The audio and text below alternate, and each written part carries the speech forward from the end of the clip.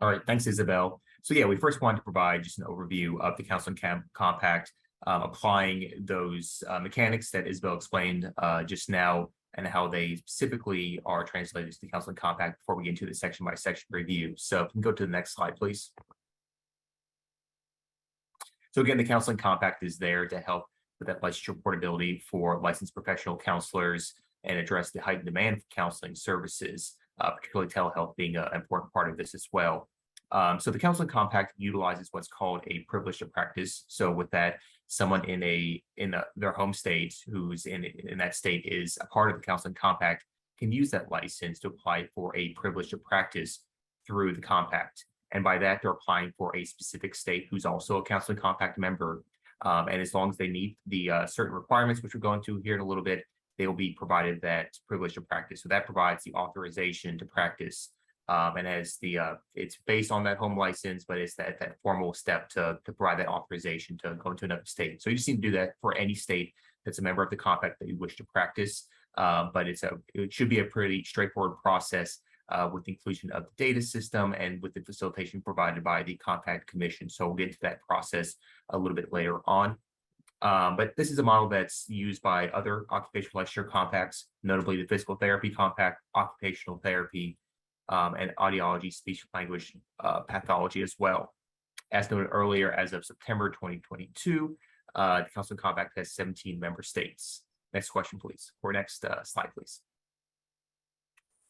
So as far as state requirements, so in order for a state to join a Counseling Compact, that meet certain provisions that are outlined in the legislation. So that includes basic things such as licensing, LPCs, requiring the passage of a nationally recognized exam, a requirement for licensees to have some kind of supervised postgraduate experience, and then for the master's degree component, having 60 semester hours completed for that.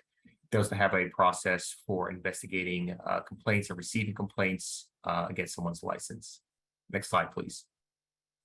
For practitioners, there are a few requirements outlined in the legislation.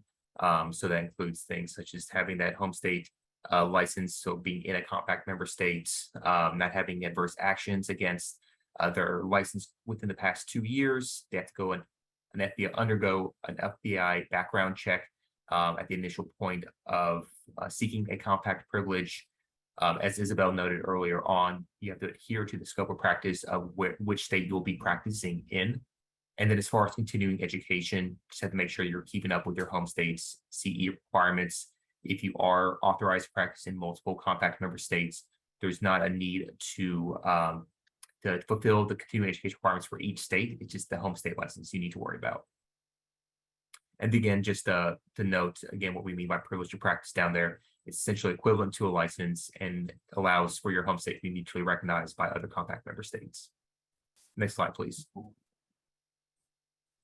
As noted by Isabel in the early part of this presentation, important things for licensing boards to know, again, you're retaining control of that scope of practice. So anyone who's using compact privilege coming to your state has to abide by that scope of practice. For someone who is looking to get initially licensed within your state, and if you are a compact member state, this is not going to change with your participation in the compact, so that's unaffected by it.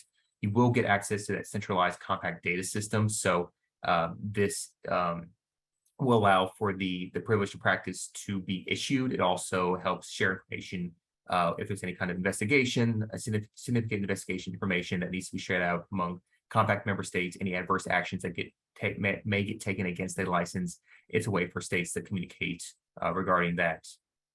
And then we'll get into more about this later on, but the counseling compacts, as well as other licensure compacts, are administered by a commission. And so the commission is comprised of delegates, representatives from each state that is a member to the compact. And so within the counseling compact specifically, that would be a member of the licensing board or an administrator who would serve on that commission and appointed by that state specifically. Next slide, please.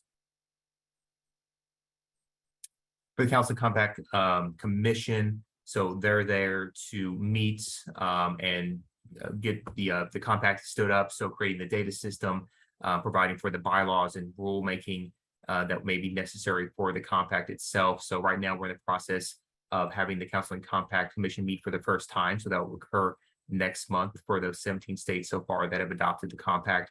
to begin that process. And generally, from a timeline perspective, once the Compact Commission initially meets, it's about 12 to 14 months on average that we've been seeing with these occupational licensing compacts for them to get to that point to begin issuing privileges to practice. Next slide, please. So here's a visual that's handy to look at as far as how a privilege to practice works. So given the example here, if in this case, Isabel lives in member state A and wants to be able to practice in another compact member state, B or C, first she would go through and apply for a home state license. Again, that process does not change with the compact state's participation in the compact. If all those requirements are met and she is issued that home state license, she can then apply for that privilege to practice in other member states through the commission. If there are things like jurisprudence exams that are required by the member states, she may have to undergo and pass those exams first, but having met all the requirements and through the commission, that privilege to practice will be approved and she'll receive the authorization to practice in another state. And again, that has to be done for each state that she wishes to practice in. Next slide, please. So important things to note here as far as the public protection provisions that are a strength of occupational licensure compacts.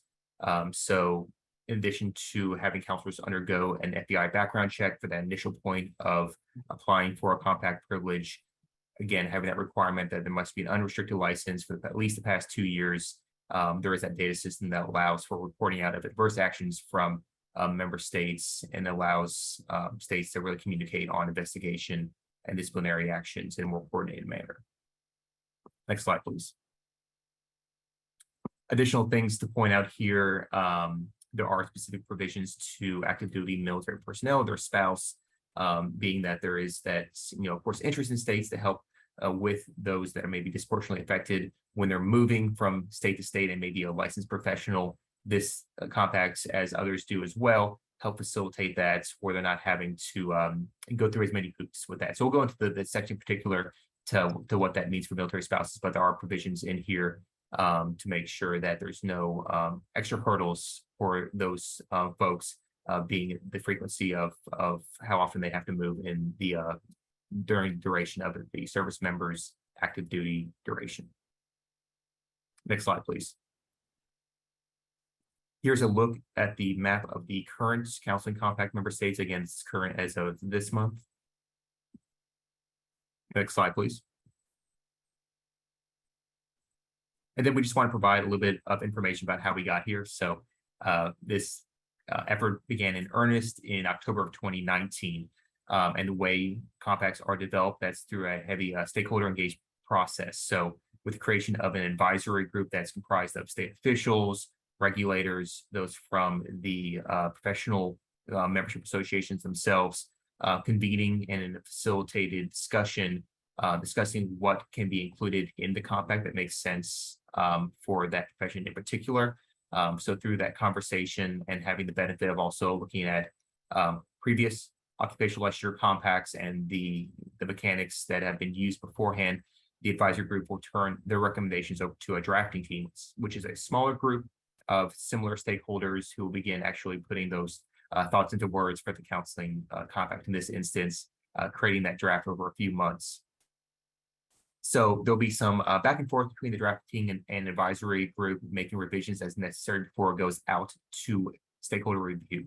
And from that, we're engaging with different groups, with, in this case, counselors themselves, state members, in order to get feedback about what the draft currently looks like from the counseling compact. So that's a several-month process. And then incorporating that feedback, the advisory group will approve the draft. This happened in December of 2020. So you can see here, it is quite a lengthy process, but that's intentional. That's to make sure that all voices are heard, or as much as possible as we can in this process, and incorporate that feedback as needed. Next slide, please. So in December 2020, the compact was officially available for state adoption, and the following, or the legislative session in for Georgia became the first state to adopt the counseling compact. In April of 2022, the compact became activated. So Nebraska became the 10th adopting state. There is provision in the compact that there has to be a minimum number of states that adopt the compact in order for it to become active. And by that, then the commission will be meeting for the first time, which we met that mark earlier this year. So therefore, we'll be meeting October to begin that process. Next slide, please. So in October, the key objectives for the Counseling Commission will be to draft rules and bylaws and begin discussions about creating a data system, figure out the staffing components of the commission as well. I would highly advise for you, if you're interested in the work of the commission, to check out the Counseling Compact websites. We do have a commission tab now available there, so you can review the agendas that will be for those meetings, as well as the minutes, opportunities to even attend those. We have the majority of these virtual. So again, expect about 12 to 14 months after the commission meets in October for those privileges to be issued. Next slide, please.